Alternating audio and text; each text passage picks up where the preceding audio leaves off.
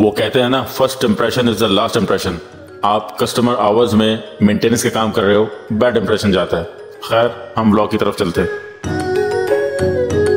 मैं आया हूँ लाचीनी गुलशन इकबाल वाली ब्रांच में। मैं फर्स्ट टाइम खाऊंगा। सबसे पहले मैं जिनसॉय और बैम्बू खा चुका हूँ। लाचीनी का मेरा पहला तजुर्बा होगा। चले देखें।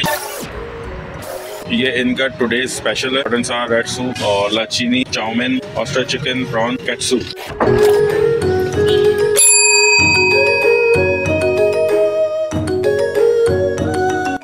हमने ऑर्डर दिया hot and sour soup, chicken fried rice, Mongolian beef, Schezwan chicken, Lachini special chowmein.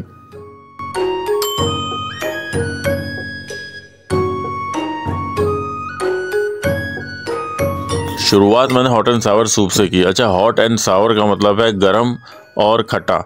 Soup गरम तो था ही, अब खटास चखने के बाद मुझे मालूम होगी हॉट एंड सावर को स्पाइसी भी होना चाहिए। अच्छा, मैं कुछ ज़्यादा ही मसाले तेज़ खाता हूँ, तो इसलिए इसमें मुझे थोड़ा सा कम स्पाइस लगा, तो मैंने इसमें स्पाइस बढ़ा दिए। खटास इसकी अच्छी थी, नॉर्मल थी, जैसे होनी चाहिए एक हॉट एंड सावर सूप में। सूप सबको पसंद आया। सूप को मैं देता हूँ 10 आउट ऑफ 9। सूप के साथ हर जगह पॉपड़म्स दिए जाते हैं। पॉपड़म्स बोले तो ये बनते हैं राइस के आटे से, दाल के आटे से। बहरहाल, जब आपको भूख ज्यादा लगी हुई हो तो पॉपड़म्स बहुत अच्छे लग रहे होते हैं, लेकिन मैं प्रेफर करता हूँ पॉपड़म्स के बगैर ही सूप पीने को। इन्होंने स्पेशल अपनी चटनी, अचार, जो भी आप बोलें, ये भी देते हैं और इसको लगा के खाने का अलग ही मजा आता है पॉपड़म्स के साथ। सूप के अलावा हमने 4 चीजें और ऑर्डर की थी। Chicken fried rice, Mongolian beef, spicy Schezwan chicken, Lachini special chowmein. Main course की शुरुआत मैंने फ्राइड राइस, मंगोलियन बीफ और शेजवान चिकन से की। अच्छा, शेजवान चिकन का पहला फीडबैक मैं आपको दे दूं, खाने से पहले ही दे दूं, कि वो ये है कि अच्छा, शेजवान चिकन में इन्होंने चिकन नहीं डाली, बहुत कम चिकन है। शेजवान चिकन में इन्होंने चिकन बिल्कुल भी नहीं डाली हुई थी, बहुत कम चिकन थी और ग्रेवी ही ग्रेवी भरी हुई थी। खैर, मैंने अपनी प्लेट सजा ली और खाने के लिए मैं हो गया हूँ तैयार अब। बाकी जहाँ तक फ्राइड राइस की बात है, तो फ्राइड राइस कोई इतने हाई फाई नहीं थे, नॉर्मल फ्राइड राइस हैं, हर जगह ऐसे ही मिलते हैं। कोई ऐसा नहीं था कि बहुत ही इन्होंने डिफरेंट किस्म के फ्राइड राइस बनाए हुए हों। उसमें नॉर्मली उन्होंने चिकन और जो भी वेजिटेबल डाली होती हैं और नॉर्मली जायका होता है। फ्राइड राइस में कोई रॉकेट साइंस नहीं होती। जिनसॉय और बैम्बू, इवन घर में भी इसी किस्म के फ्राइड राइस आसानी से बन जाते हैं। खा खा के कंटिन्यूएशन में मेरी जो है ना ब्रेथ आउट हो चुकी थी। खैर, मैं थकने वाला नहीं था। अब बारी थी टेस्ट करने की चाउमीन की, तो चाउमीन की तरफ चलते हैं। चाउमीन की बारी आई तो मैंने चाउमीन अपनी प्लेट में डाले और उसको किसी स्क्रू ड्राइवर की तरह घुमाया और उसको फिर खाने के लिए मैं तैयार हुआ। जैसे ही मैंने इसका पहला बाइट लिया तो मुझे चाउमीन इनके समझ में नहीं आए, क्योंकि दिखने से ही बहुत थिक लग रहे थे। चाउमीन बेसिकली थिक नहीं होते, वो नॉर्मल साइज के होते हैं। ये साफ लग रहा था इन्होंने कोई लोकल मार्केट से चाउमीन परचेज किए हैं और वो यहाँ पे इसको कुक करते हैं। हाँ, इससे कुक का कोई कसूर नहीं है, कुकिंग का कोई कसूर नहीं है, इसमें सारा कसूर है जो जिस बंदे से ये परचेज करवाते हैं। बाकी चाउमीन जो है वो स्लिपरी होने चाहिए, जब वो मुंह में जाए तो ये वाकई स्लिपरी हो रहे थे। इसमें अच्छी ऑयलिंग और सॉस हुआ था, ज्यादा ऑयली नहीं थे। ज्यादा ऑयली चाउमीन भी अच्छे नहीं होते हैं। सॉसेज इसमें अच्छे डले हुए थे। बाकी जो वेजिटेबल्स इन्होंने डाली थी, सब्जियां डाली थी, वो नॉर्मल थी, कोई इतनी ज्यादा नहीं डाली थी। इसमें इन्होंने डंडी मारी हुई थी। फिर काफी देर तक मैं चाउमीन को एंजॉय करता रहा। आप भी मुझे देखें और चाउमीन एंजॉय करें। चाउमीन को मैं देता हूँ 4 नंबर 10 में से, नहीं 10 में से 4 नंबर देता हूँ।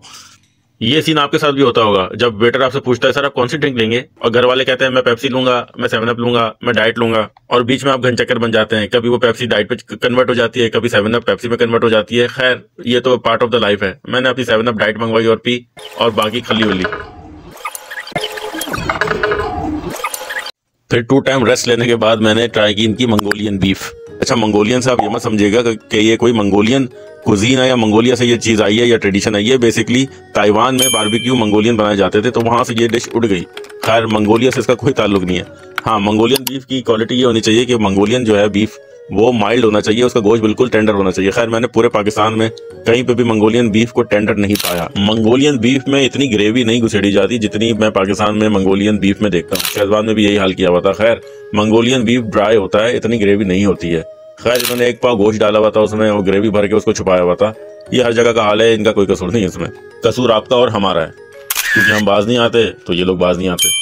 अब रिव्यू की तरफ चलते हैं। लाचीनी का खाना मैंने खाया है, आप ट्राई कर सकते हैं लाचीनी को, और फैमिली का फीडबैक भी अच्छा है। बाकी जो कंप्लेन थी वो मैंने वहाँ लिख दी है। मुझे प्रॉब्लम ये आई थी कि शेजवान चिकन में ग्रेवी ज़्यादा थी, चिकन कम थी, तो इन्होंने बोला आप अगर हमको कंप्लेन करते हैं हम चेंज कर देते उसको। तो ये भी एक अच्छी बात है लोगों की कि इन्होंने उसको एक्शन लिया है। ये गुलशन ब्रांच है इनकी, यहाँ ज़रूर आइएगा। और इनकी जो तारिक रोड पे ब्रांच है उसमें जुमे को जो है ना बूफे लगता है 1700 रुपये का, जितना खाना खाइए आप। तो ये वाली जो ब्रांच है इनकी, यहाँ पे ज़रूर आइएगा और आपको सर्विस के साथ खाना भी इनका अच्छा मिलेगा। जो कंप्लेन थी मैंने बता दी, खाने के जायके में मुझे कोई कंप्लेन नहीं है, जो थी वो मैंने इनको बता दी है। मज़ा आ गया बॉस, थैंक यू।